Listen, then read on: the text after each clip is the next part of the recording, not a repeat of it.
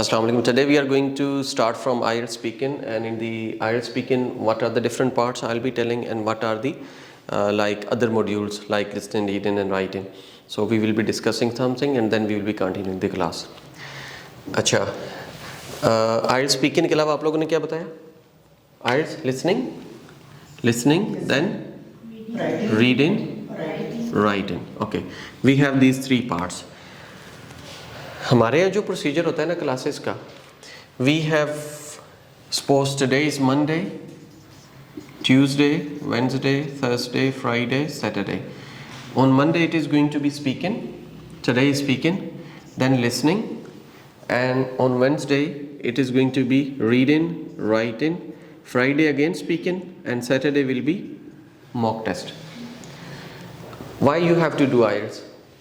आपको क्यों करना है IELTS? सर IELTS तो नहीं करना, बेसिकली मैं अपनी इंग्लिश को बेहतर करना चाहता हूँ. Okay, you want to improve your spoken English. Okay. I want to continue my PhD further from foreign country. You have done MS? Yes, sir. MashaAllah. Which subject? Subject? Biotechnology. Okay. From? KPK Abdul Rayyan University. KPK Abdul Rayyan University. Okay. जी. मैं बाहर जाना चाहती हूँ, तो basically scholarship के लिए आने से भी. What's your qualification? BS Biochemistry. Biochemistry. BS. From? Where are you from? KPK Mardam. KPK Mardam. Ji. UK में further studies करने के लिए स्टूडेंट वीज़ा अप्लाई करना है. Okay. And what's your qualification? BS Business Economics के साथ किया recently. Business Economics. Okay. You have done also BS? Yes sir. BS in? English. BS in English. Okay.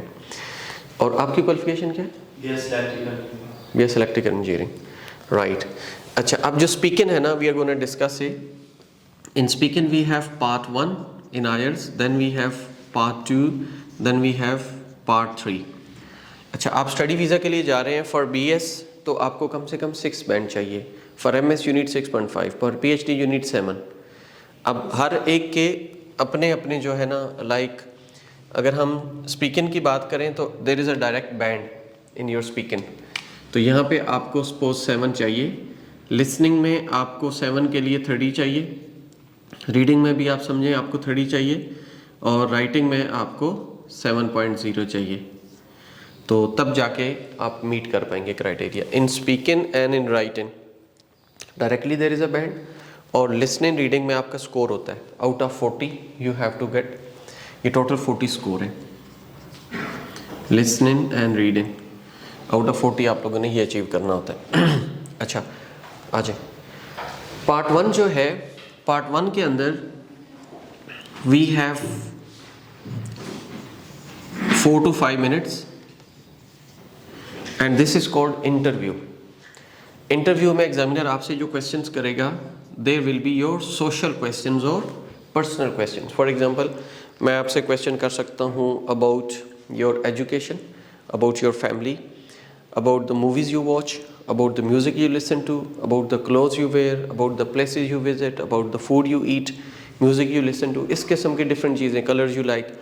तो ये चंद एक सोशल चीज़ें होती हैं, वो आपकी पर्सनल चीज़ें होती हैं, अपनी लाइफ से रिलेट कर रही होती हैं डायरेक्टली.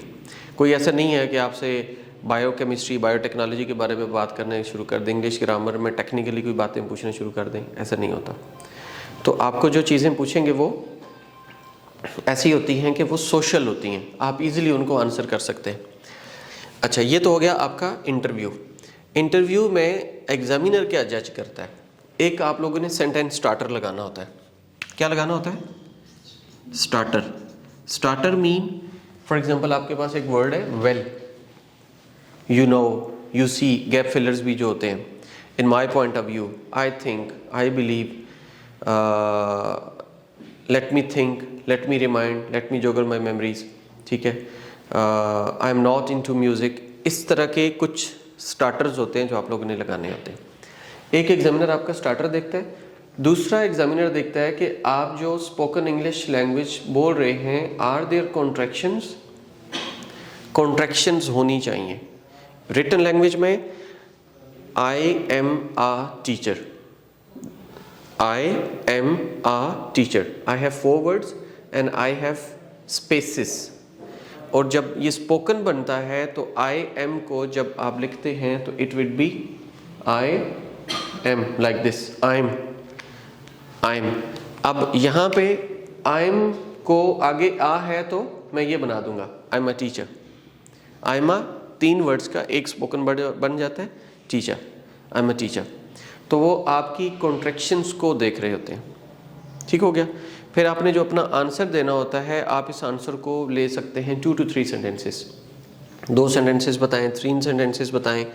यहाँ चूँकि आपके पास टाइम है 4 to 5 मिनट्स, तो एग्जामिनर की मर्जी है कि वो आपसे 4 क्वेश्चन करे, 5 करे, 10 करे, it's up to you, it's up to the examiner. तो आप लोगों ने उस वक्त तक बोलते जाना है जब तक एग्जामिनर आपको चुप नहीं कराता। ज़्यादातर जो मिस्टेक्स होती हैं वो टेंसेस की होती हैं। Instead of present tense we speak past tense, instead of past tense we use present tense, या फिर हम हेल्पिंग वर्ब्स जो यूज़ करते हैं वो उसमें ज़्यादा इश्यूज आते हैं। You can go for 1 fact and 1 opinion, 1 fact 1 opinion. अच्छा, फैक्ट क्या है, ओपिनियन क्या है? For example this white board is a fact. तो ये वाइट बोर्ड जो है हम क्यों यूज़ करते हैं? Why am using white board? To write something, to illustrate my students, ठीक है, to explain something, I use this whiteboard, ठीक है। We use whiteboard in the classroom to write something to explain our students, ठीक है। तो whiteboard is a fact, opinion क्या है? To write something, to explain something to my students। अच्छा, camera जो है it's a fact, opinion इसके बारे में क्या है, या इसका यूज़ क्या है, इसका काम क्या है? We use it to record the movies, to record the lectures, to make the click the photographs, ठीक है। तो वो फिर आगे ये उसका यूज़ हो जाता है। तो आपसे जो भी चीज़ पूछी जाए आपने उससे रेलिवेंट रहना है और उससे रेलिवेंट देना है। अच्छा, इसके अंदर ना टू द पॉइंट आंसर देना होता है। What do you mean by two the point answer? जैसे मैं पूछता हूँ कि व्हाट्स योर क्वालिफिकेशन, तो आप कहते हैं कि well I have studied in कौन सी university? Abdul Wali Khan. I have studied in Abdul Wali Khan universities and during my university life I stayed in the hostel, in a private hostel. अब मेरा क्वेश्चन क्या था? What's your qualification? आंसर क्या है कि मैं यूनिवर्सिटी में पढ़ा हूँ, मैं हॉस्टल में रहता हूँ। तो क्या रेलिवेंट आंसर था? नहीं था। क्वालिफिकेशन के मतलब है कि I have done BS biotechnology, I have done BS biotechnology, I have done MS biotechnology. तो ये आंसर था। अब आंसर नहीं किया तो फ़ायदा नहीं है। आपकी प्रोनाउंसिएशन देखी जाती है, आपकी फ्लुएंसी देखी जाती है, टास्क अचीवमेंट आप कितने रेलिवेंट रहे हैं, आपकी वोकेबलरी देखी जाती है, ग्रामर देखी जाती है। तो ये सारी चीज़ें जो एग्जामिनर नोट करता है। अच्छा, आपने बोलना होता है 2 to 3 सेंटेंसेस, येस और no, that is not allowed. For example if I ask you do you like to listen to music, आप कहते हैं येस। अब ये आइल्स में आंसर नहीं होता। आइल्स का जो आंसर होता है आपने जस्टिफाई करना है, आपने खुद से वाई लगा देना है। अगर आप वाई नहीं लगाएंगे तो एग्जामिनर आपसे जो है ना पूछेगा वाई, ठीक है। क्वेश्चन है do you like to listen to music, आप कहते हैं जी यस, तो एग्जामिनर पूछेगा वाई। आप कहते हैं नो, फिर भी एग्जामिनर पूछेगा वाई। क्यों? कि आप यस करेंगे तब भी आंसर देना है, नो करेंगे तब भी आंसर देना है। अगर यस के बाद हम आगे से खुद एक्सप्लेनेशन कंटिन्यू करें तो ठीक है। हाँ, because it's a communication language test.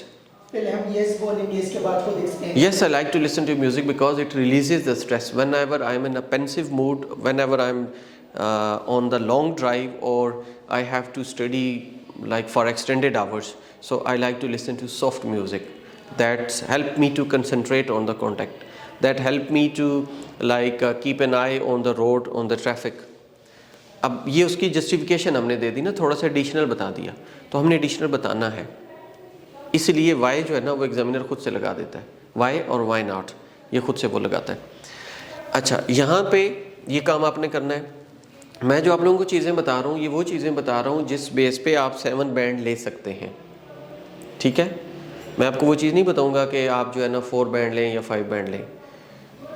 Examiner क्या चेक करता है हम आपको वो चीज़ें सिखाएंगे, और आप लोगों का जो लैक होता है जिस चीज़ में आप नहीं बोल पा रहे होते हम आपको वो चीज़ें सिखाएंगे।